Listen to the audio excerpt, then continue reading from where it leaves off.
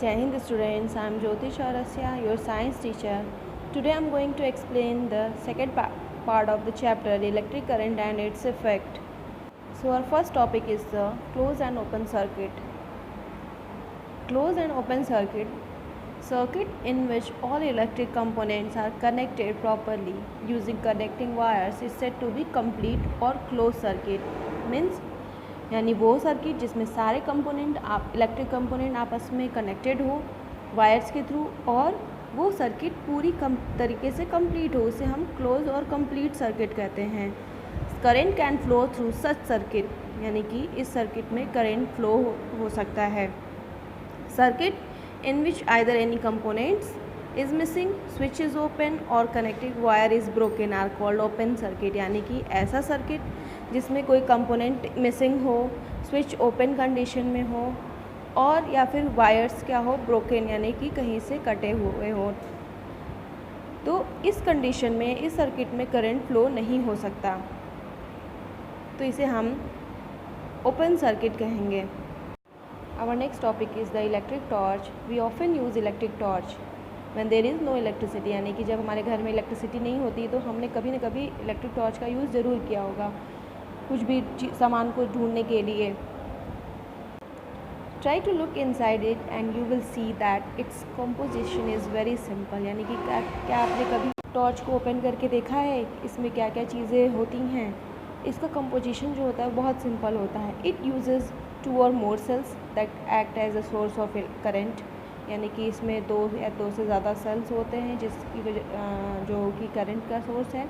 एक बल्ब होता है जो स्विच ऑन होने पर ग्लो करता है. वन बटन और switch is push is in on position the circuit gate completed, यानी कि जब हम स्विच को ऑन पोजीशन में पुश करते हैं सर्किट कंप्लीट हो जाती है और बल्ब हमारा जो होता है वो ग्लो करने लगता है.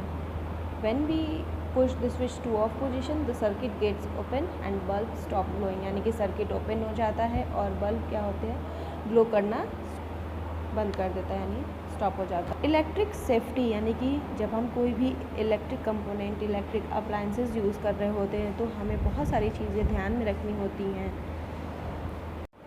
इलेक्ट्रिसिटी हमारी लाइफ को कंफर्टेबल तो बनाती है, लेकिन यहाँ पे हमें इलेक्ट्रिसिटी को यूज़ करते समय कुछ बातों का बहुत ध्यान रखना पड़ता है. There are like never touch any switch with wet hands, यानी कि हमें कभी भी गीले हाथ से स्विच को टच नहीं करना चाहिए, हमें इलेक्ट्रिक शॉक लग सकता है. Avoid climbing an electric pole, यानी कि कुछ छोटे बच्चे होते हैं जो पतंग को पकड़ने के लिए या पतंग को लाने के लिए किसी इलेक्ट्रिक पोल पर चढ़ जाएँ, तो ये नहीं करना चाहिए, बहुत ही ज़्यादा डेंजरस हो सकता है. Wear slippers while using electric appliances, मैंने पहले भी बताया था कि किसी भी इलेक्ट्रिक अप्लायंसेस को यूज़ करते समय रबर की स्लीपर यूज़ करते हैं ताकि वो इलेक्ट्रिक शॉक से खुद को प्रोटेक्ट कर सके. नेवर प्लग इन और out when switch is on, यानी कि स्विच को ऑन करके किसी प्लग को इन नहीं करना चाहिए या आउट नहीं करना चाहिए. स्विच को पहले ऑफ करना चाहिए फिर उसके बाद प्लग को बाहर या निकालना चाहिए. Never run 2 or more appliances using the same socket, यानी कि एक ही सॉकेट में 2 या 2 से ज़्यादा अप्लायंसेस को यूज़ नहीं करना चाहिए. Never touch any working appliance with metal spoon और एनी अदर कंडक्टर, यानी कि किसी भी अगर कोई इलेक्ट्रिक अप्लायंसेस वर्किंग हो, यानी कि उसके सॉकेट को या फिर वर्किंग अप्लायंस को किसी स्पून या फिर किसी और कंडक्टर लाइक आयरन कॉपर की चीज़ों से नहीं टच करना चाहिए. तो जब भी आप कोई इलेक्ट्रिक अप्लायंस यूज़ करें तो बहुत सारी चीज़ों को ध्यान में रखें.